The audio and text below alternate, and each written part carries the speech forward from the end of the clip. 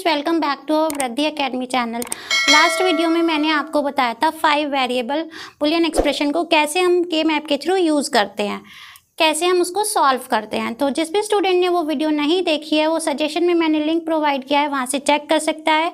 और digital electronics की मैंने प्लेलिस्ट क्रिएट की है, वहाँ से भी वो उसको चेक कर सकता है। तो स्टूडेंट्स, आज मैं आपको बताऊँगी कैसे हम प्रोडक्ट ऑफ सम फॉर्म्स को के मैप के थ्रू सॉल्व करते हैं। तो चलिए शुरू करते हैं। सो फंक्शन है y is equal to a plus B plus C complement dot a plus B complement plus C complement dot a complement plus b complement plus C complement dot a complement plus b plus c and a plus b plus c. तो अब हम check करेंगे ये कौन सी form में, हमारा product of some की form में है। तो एक्सप्रेशन हम कैसे, प्रोडक्ट ऑफ सम को हम कैपिटल M से डिनोट करते हैं। और मैंने आपको लास्ट वीडियो में बताया है मैक्स टर्म और मिन टर्म में कि कैसे हम उसको वेरिएबल को डिनोट करते हैं कैपिटल M और स्मॉल m से। तो जहाँ पर हमारा वेरिएबल कॉम्प्लीमेंट होगा उसकी वैल्यू क्या होती है मैक्स टर्म में? मैक्स टर्म में वैल्यू होती है हमारी ज़ीरो की होती है हमारी वैल्यू अनकॉम्प्लीमेंट, एंड 1 की वैल्यू क्या होती है? कॉम्प्लीमेंट। तो अब हम चेक कर सकते हैं कि हमारा फर्स्ट क्या है, a plus B plus C complement. तो हम a को हम किससे डिनोट करेंगे? 0 से। b को हम किससे डिनोट करेंगे? 0 से। और c कॉम्प्लीमेंट को हम किससे डिनोट करेंगे? 1 से। और अगर हम 0 0 1 का डेसिमल कन्वर्जन करते हैं तो वैल्यू क्या आती है हमारी? कैपिटल में M1। तो हम ऐसे ही हमने सबकी वैल्यूज़ निकाली है।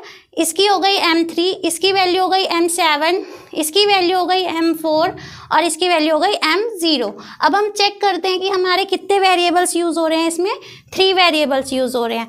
तो हमें 3 वेरिएबल्स के लिए कितनी सेल्स रिक्वायर्ड होंगी के मैप के लिए? 2 की पावर 3 डेट इज़ 8। हमें 8 सेल्स का के मैप बनाना है।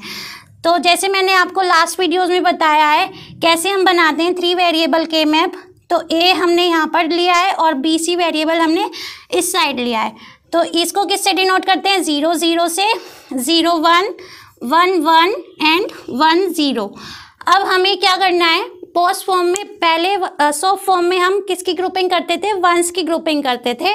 लेकिन पोस्ट फॉर्म में हम किसकी ग्रुपिंग करते हैं? 0 की ग्रुपिंग करते हैं और उनकी वैल्यूज़ को 0 से रिप्रेजेंट करते हैं। तो पहले हमने लिया M1 की वैल्यू हमने 0 प्लेस करी। देन M3 की वैल्यू 0 ली, M7 की वैल्यू 0, M4 की वैल्यू 0 एंड M0 की वैल्यू 0। अब हम चेक करेंगे कि हम कैसे हम इनकी ग्रुपिंग कर सकते हैं। मैक्सिमम नंबर ऑफ ज़ीरोज़ हमारे ग्रुप के अंदर कवर होने चाहिए और हम मिनिमम ग्रुप्स बना सकें। तो पहला ग्रुप हमारा हो गया ये वाला, सेकंड ग्रुप हो गया हमारा ये वाला और थर्ड ग्रुप हो गया हमारा ये वाला। अब हम अगर हमारा यहाँ पर भी 0 होता तो हमारा ये पूरा का पूरा एक ग्रुप बन जाता।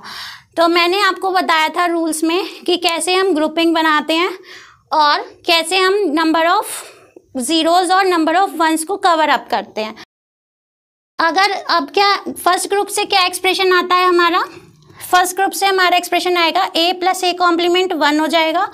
तो आंसर होगा हमारा b complement c complement. Then second group को लेंगे तो सेकेंड ग्रुप में क्या आंसर होगा हमारा? a कॉम्प्लीमेंट, कौन सी रो यूज़ हो रही है? ये, और कॉलम्स ये दोनों यूज़ हो रहे हैं। तो यहाँ से लिया हमने a कॉम्प्लीमेंट और इन दोनों कॉलम्स से कौन सी वैल्यू कॉमन है हमारी? b complement. Then last group is this one.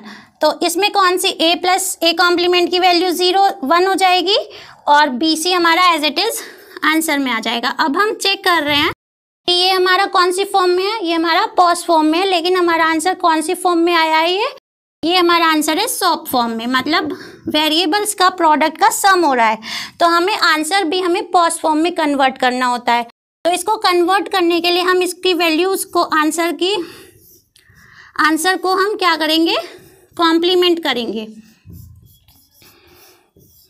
इसका पूरे का आंसर का होल कॉम्प्लीमेंट। अब होल कॉम्प्लीमेंट से हम डिमॉर्गन्स लॉ में क्या था कि जो हमारा होल कॉम्प्लीमेंट होगा इसको हम कैसे लिख सकते हैं? जैसे कि b कॉम्प्लीमेंट c कॉम्प्लीमेंट का कॉम्प्लीमेंट प्लस की जगह पर क्या आ जाएगा? Multiply then A complement dot B complement का होल कॉम्प्लीमेंट डॉट मल्टीप्लाई और बी सी का होल कॉम्प्लीमेंट। इसको भी हम डिस्ट्रीब्यूटिव लॉ से डिस्ट्रीब्यूट करते हैं तो क्या होगा, बी कॉम्प्लीमेंट से कॉम्प्लीमेंट कैंसिल हो जाएगा, डॉट की जगह हमारी वैल्यू इन्वर्ट हो जाएगी, प्लस हो जाएगी, सी हो जाएगा, plus as it is A plus B हमारा कॉम्प्लीमेंट नहीं है तो हमारा ऊपर बी कॉम्प्लीमेंट हो जाएगा, plus B complement C complement. Complete है ये, तो इसको क्या लिखेंगे हम, बी कॉम्प्लीमेंट प्लस सी कॉम्प्लीमेंट। तो ये हमारा आंसर हो जाएगा, क्योंकि अब हमारी वैल्यूज़ क्या हो चुकी हैं, मिनिमाइज हो चुकी हैं और हमारी वैल्यू किस फॉर्म में आई है, ये प्रोडक्ट ऑफ सम की फॉर्म में है। नेक्स्ट एग्जांपल है F A B C D is equal to pi M 0 2 6 7 8 10 12 and 13।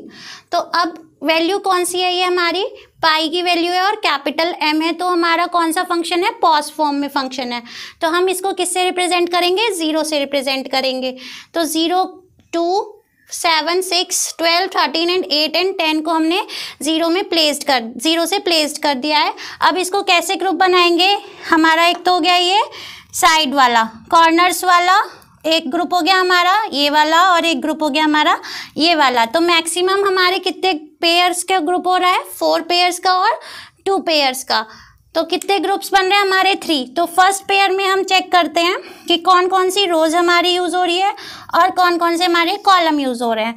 तो इन दोनों रोज में हमारी कॉमन वैल्यू क्या है, कॉमन वैल्यू है हमारी इसकी बी कॉम्प्लीमेंट, और इन दोनों कॉलम्स में हमारी कॉमन वैल्यू क्या आएगी, डी कॉम्प्लीमेंट। देन प्लस इस वाले ग्रुप की हमारी क्या वैल्यू होगी, ए कॉम्प्लीमेंट बी, कौन सी रो यूज़ हो रही है, ये वाली, और कौन से कॉलम यूज़ हो रहे हैं, ये दोनों कॉलम यूज़ हो रहे हैं। तो A complement B as it is ले लेंगे क्योंकि इसमें कोई और रो यूज़ नहीं हो रही है, वैल्यू हमारी ये हो गई। नेक्स्ट इसमें कौन सी वैल्यू कॉमन है हमारी, सी। नेक्स्ट कौन सा ग्रुप यूज़ हो रहा है हमारा, ए बी, और कौन कौन से कॉलम यूज़ हो रहे हैं हमारे, ये दोनों कॉलम यूज़ हो रहे हैं। तो इससे हमारा आंसर क्या होगा, ए बी प्लस इन दोनों में कौन सी हमारी वैल्यू कॉमन है, सी कॉम्प्लीमेंट, क्योंकि डी प्लस डी कॉम्प्लीमेंट 1 हो जाता है। तो वैल्यू क्या आई, ए बी सी कॉम्प्लीमेंट। अब हमारी वैल्यू किस में है, ये सॉप फॉर्म में है। तो हमें इसको पोस्ट फॉर्म में कन्वर्ट करने के लिए इसका हमें क्या करना है, होल कॉम्प्लीमेंट करना है। तो अगर हम इसका होल कॉम्प्लीमेंट करेंगे तो क्या आंसर आएगा, बी कॉम्प्लीमेंट कैंसिल हो जाएगा, डी इसको ऐसे लिख सकते हैं, और ए प्लस बी का कॉम्प्लीमेंट प्लस सी का कॉम्प्लीमेंट, डॉट प्लस की जगह डॉट, देन ए का कॉम्प्लीमेंट प्लस बी का कॉम्प्लीमेंट प्लस सी, कॉम्प्लीमेंट से कॉम्प्लीमेंट की वैल्यू कैंसिल हो जाती है। तो अब हमारा आंसर किस फॉर्म में है, ये पॉज फॉर्म में है। तो हमारा आंसर क्या हो गया है, ये आ गया आंसर। आई विश स्टूडेंट्स आपको ये टॉपिक समझ में आ गया होगा, और जिस भी स्टूडेंट को समझ में नहीं आया है वो मुझे कमेंट सेक्शन में कमेंट कर सकता है। सो स्टूडेंट्स नेक्स्ट वीडियो में मैं आपको बताऊंगी कैसे हम के मैप में डोंट केयर कंडीशन को यूज़ करते हैं।